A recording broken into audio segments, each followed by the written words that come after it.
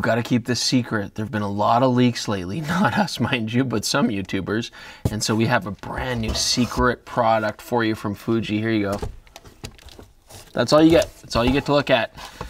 Now, they were adamant that this camera not leak, so right now I'm coming to you from my safe house. And what could be safer than a house within a house?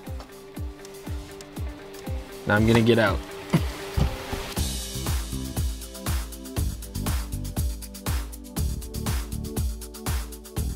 So as charming as that was, it was supremely uncomfortable. So I'm gonna try coming to you from an actual house right now, but it's worth it because we have a brand new Fuji GFX 50R. Now this is a very early pre-production look, but we wanna bring this to you because this is a pretty exciting camera. Now, I have to give you the context. We only have this camera for a few hours and it's not allowed to see the light of day. Hence, that's why we're coming to you from the house, and we're not gonna be getting too many photos on this, okay? But to be honest, this camera has the same sensor and autofocusing as its original GFX brother. So, you know, there's nothing really new in that regard. What is exciting is the grip, the feel, and the controls and the new design of this camera. So that I do want to look at, albeit from a very echoey living room. I'm sorry, Jordan. Now the 50R, I don't know, I'm assuming that means rangefinder style body. To me, it looks like an XE2. Now, first off, the grip, actually, to its credit, very comfortable. Feels like a nice solid grip. I never really liked the small grip on cameras like the XE2 because that flat blocky shape felt too small, but this fits perfectly.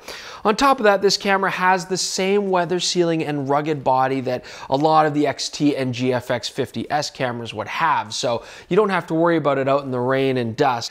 Now, when you look at the control scheme on this compared to the GFX 50S, it is definitely streamlined. It really does look like an XE2 here. Now, we don't have an ISO dial or the top LCD, but I'm not really missing those. What we do have now is this really nice front dial, and that is by default set up to control ISO, although you could customize that for something else. Otherwise, you got your classic aperture rings right on the lens and the classic Fuji shutter speed control dial on top. It is lockable, but the back dial, it's weird. You know, on the XT3, they did a really good job of making the back dial feel tight and easy to use.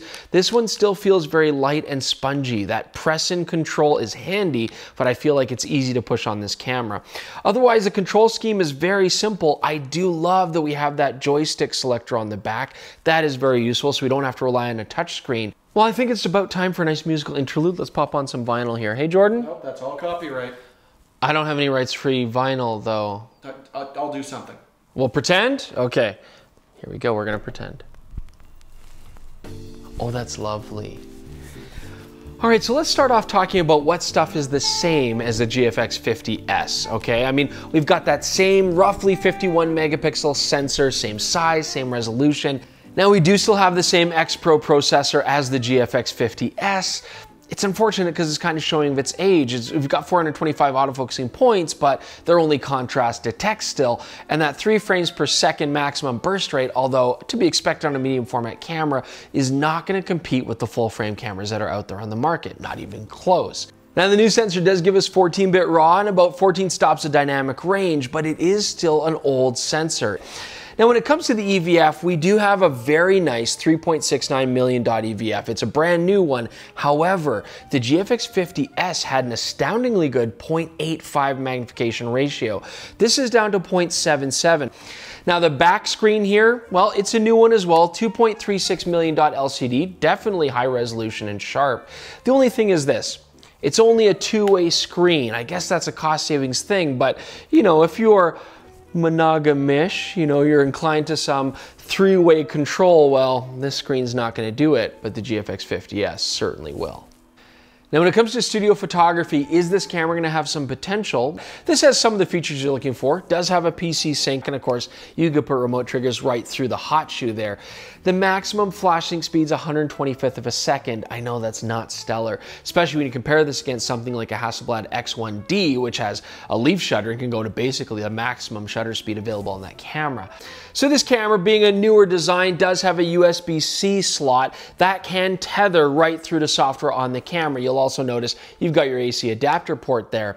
Now, whether you're gonna like this all on the bottom part of the camera or not, I guess that's really gonna depend how you set this camera up. There's good clearance, so a tripod shouldn't interfere, but you know, a lot of people complain about these smaller grips or might want a new larger grip assembly. And if that's the kind that attaches to the bottom, screws into the tripod adapter and goes over that panel, that's gonna limit a lot of your controls and accessories. Now, here on the side, we do have a dual card slot, UHS 2 for both, SD of course, and that is a nice feature. And here on the side, we do have, again, a micro HDMI port.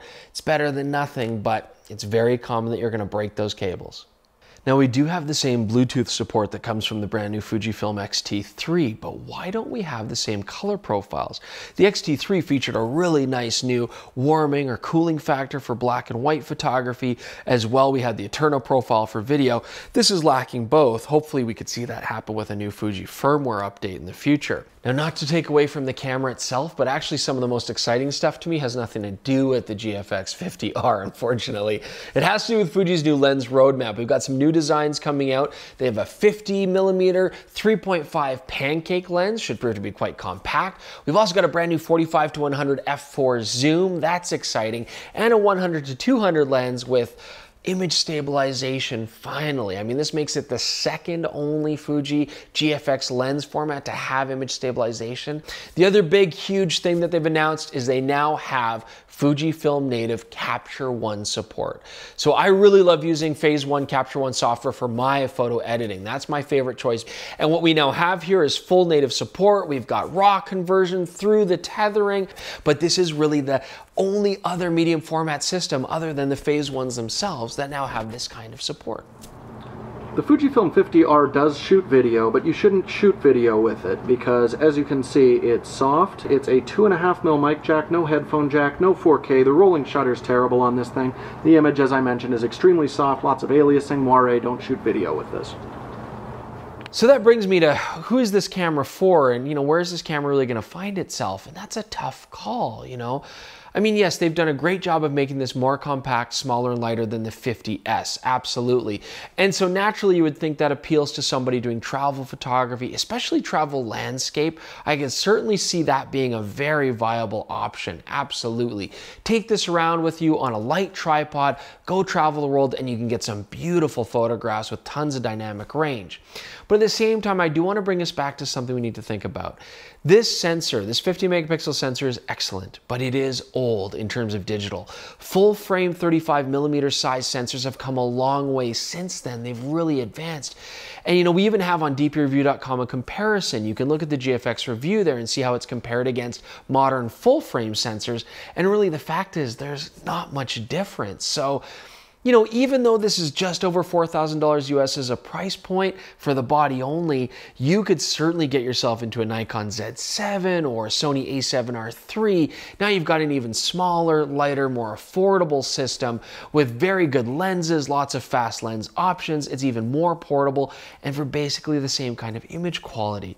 Now these are very unique devices and there are some cool aspects there that you can play with. So first off, a lot of people like to use these cameras as digital backs. They'll even adapt other lenses on there, adapt Pentax medium format lenses, or even some of the full frame lenses like the Sigma Art lenses will even cover this sensor. If you want to be so inclined and have fun with that, go for it. But me personally, I'd probably still just go back to using those on an a7R III, for example, with an adapter. The other thing though to keep in mind is the aspect ratio itself. I mean, these are large sensors, and if you want to do, for example, square photography, you're cropping a lot less resolution to shoot big square formats here than you would have to on a full frame camera. Again, these are interesting things, but I don't think that they're game-winning things. Personally, I don't think I'd find this in my repertoire, but if you're a medium format aficionado and you want something that's trendy and sexy for the street, this will certainly fit the bill. I think it does a better job than the Hasselblad X1D, all things considered, but I still do think there's better options out there. Anyway, let us know what you think in the comments below. Is this camera for you? Do you think this is going to do well? Or does this really need to have some major changes to be competitive again in the market? You let us know. Don't forget, check out our Instagram feeds and our Twitter feeds. Subscribe to the channel, please. Let us know your comments. But when we get a full version of this, I will be excited to play with it, absolutely.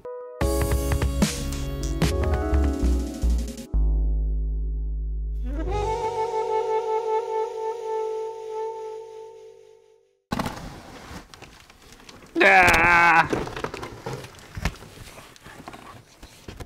The trick is you just fall out. And there you go. Oh.